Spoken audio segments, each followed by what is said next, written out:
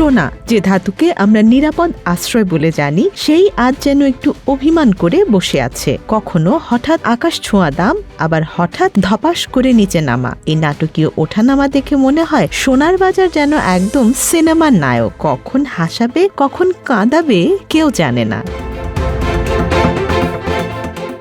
এই গল্পটা শুরু করা যাক ইতিহাস দিয়ে। বহু বছর ধরে বিশ্বে যখনই বড় কোনো সংকট এসেছে, যুদ্ধ, অর্থনৈতিক মন্দা বা মুদ্রার পতন, মানুষ ছুটেছে সোনার দিকে। 2008 সালের বৈশ্বিক আর্থিক সংকটের সময় যেমন হয়েছিল, বা করোনা মহামারীর সময়, তখন সোনা হয়ে উঠেছিল শেষ ভরসা। কারণ কাগজের টাকা বা শেয়ার বাজার ভেঙে পড়তে পারে, কিন্তু সোনা তা তো হাতে ধরা যায়, গলে না, পুড়ে না, হারাই না সহজে। এই মনস্তাত্ত্বিক বিশ্বাসী সোনাকে এত শক্তিশালী করে তুলেছে। কিন্তু এবার যে দৃশ্যটা দেখা যাচ্ছে সেটা একটু উল্টো। মধ্যপ্রাচ্যে যুদ্ধ চলছে, উত্তেজনা বাড়ছে, তেলের দাম বাড়ছে, সবকিছু মিলিয়ে সাধারণত সোনার দাম বাড়ার কথা, অথচ দেখা যাচ্ছে দাম কমছে। এখানেই আসল নাটক। কারণটা বুঝতে গেলে একটু গভীরে যেতে হবে। বিশ্ব অর্থনীতির বড় খেলোয়াড় যেমন মার্কিন যুক্তরাষ্ট্রের কেন্দ্রীয় ব্যাংকিং ব্যবস্থা ফেডারেল রিজার্ভ, তারা যখন সুদের হার বাড়ায় বা বাড়ানোর ইঙ্গিত দেয়, তখন বিনিয়োগকারীরা হিসাব কষতে বসে। সোনা কোনো সুদ দেয় না, মানে আপনি সোনা কিনে রেখে দিলে প্রতি মাসে কোনো আয় আসবে না, কিন্তু যদি আপনি সরকারি বন্ড কেনেন তাহলে নিয়মিত সুদ পাবেন। এখন যদি সুদের হার বেশি হয় তাহলে মানুষ সোনা ছেড়ে বন্ড বা অন্য খাতে চলে যায়। ফলাফল, সোনার চাহিদা কমে, দাম পড়ে।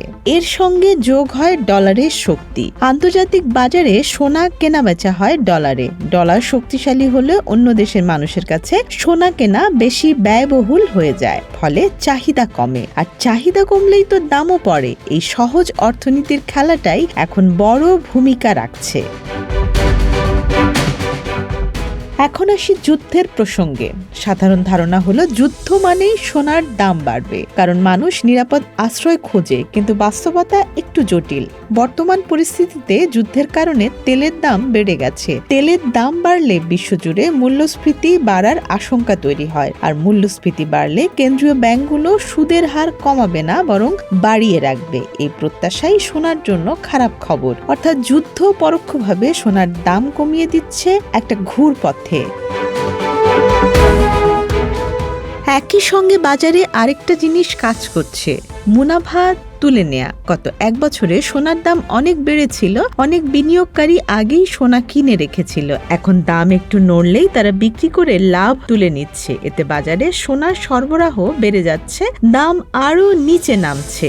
একে বলে প্রফিট টেকিং। শুনতে শান্ত, কিন্তু বাজারে এর প্রভাব ঝড়ের মতো।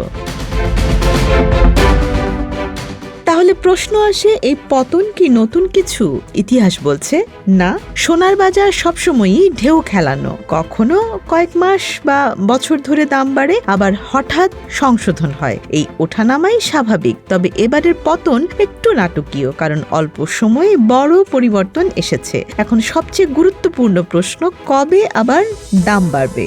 এখানে দুটি বড় ফ্যাক্টর কাজ করবে। প্রথমত, যদি ফেডারেল রিজার্ভ স্পষ্টভাবে জানায় যে তারা সুদের হার কমাবে, তাহলে সোনার জন্য সেটি হবে সুখবর, কারণ তখন বন্ডের আকর্ষণ কমে যাবে, মানুষ আবার সোনার দিকে ফিরবে। দ্বিতীয়ত, যুদ্ধ পরিস্থিতি যদি আরো খারাপ হয় বা দীর্ঘস্থায়ী হয়, তখন নিরাপদ সম্পদ হিসেবে সোনার চাহিদা হঠাৎ বেড়ে যেতে পারে। এখন আসি সবচেয়ে বাস্তব প্রশ্নে, এখন কি সোনা কেনার সময়? এই প্রশ্নের উত্তরটা একটু সিনেমার মতো। হ্যাঁ, কিন্তু দাম এখন তুলনামূলকভাবে কমেছে। তাই যারা দীর্ঘমেয়াদে বিনিয়োগ করতে চান তাদের জন্য এটা একটা সুযোগ হতে পারে, কিন্তু ঝুঁকিও আছে। কারণ বাজার এখনো অস্থির। আজ কমেছে, কাল আরো কমতে পারে, আবার হঠাৎ বেড়েও যেতে পারে।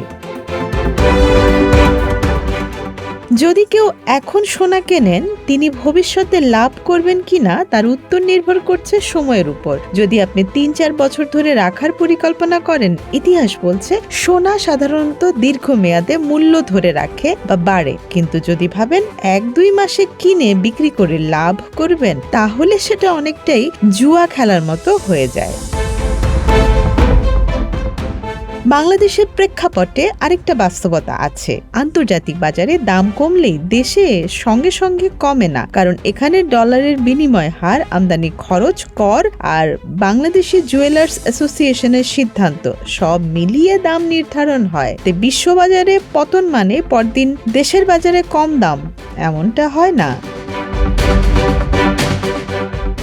সোনা শুধু ধাতু না, এটা ভয়, লোভ, নিরাপত্তা আর অর্থনীতির এক অদ্ভুত মিশ্রণ।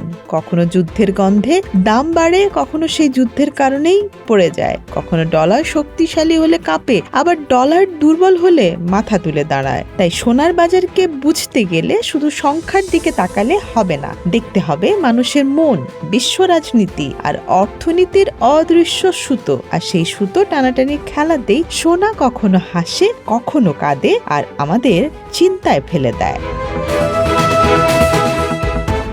Desk report, Dhaka express.